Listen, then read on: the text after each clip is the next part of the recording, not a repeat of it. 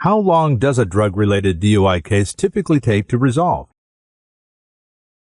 Arizona criminal law team lawyer says, DUI cases that allege drugs or medications tend to take a bit longer than the average alcohol case. It seems that when prosecutors are dealing with an alcohol DUI case, oftentimes they will have breath test results, which are immediate to the results that are gained at the time that the person was arrested or soon thereafter. Prosecutors will often rely on those breath tests, as they don't have to do any additional testing, although they can choose to also test the blood for alcohol. Sometimes they will decide not to test the blood for alcohol or any other substances, but hold it in reserve just in case the defense brings up any issues with the breath test. When we're dealing with drug or medication DUIs, the prosecutor has to test the blood or the urine if a urine sample is taken.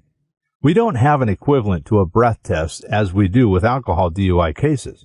Depending on which lab is being used, testing the blood for drugs or medication can take quite a long time, as it stands right in municipal courts when they're dealing with a drug DUI case. They will often take upwards of about 11 months before they actually bring the case against someone because it takes them so long to test for drugs or medications.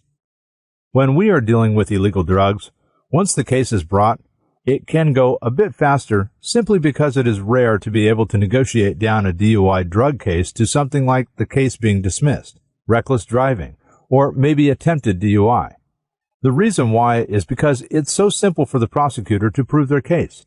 Simply the presence of an illegal drug and driving is enough to be convicted of a DUI. The prosecutor can, but does not need to prove impairment. Cases that tend to be better to take to trial are those where the person is alleged to be simply taking a prescription medication and having it in their system, or it is alleged that they were impaired by their medication. Those cases tend to go to trial a bit more often and tend to be more successful simply because jurors are used to taking medication, and when they are involved in that type of a case, they can put themselves in the defendant's shoes and are a bit more likely to find the person not guilty. For a free consultation, call Arizona Criminal Law Team Lawyer at 480-442-8343 or visit their website at www.azcriminallawteam.com.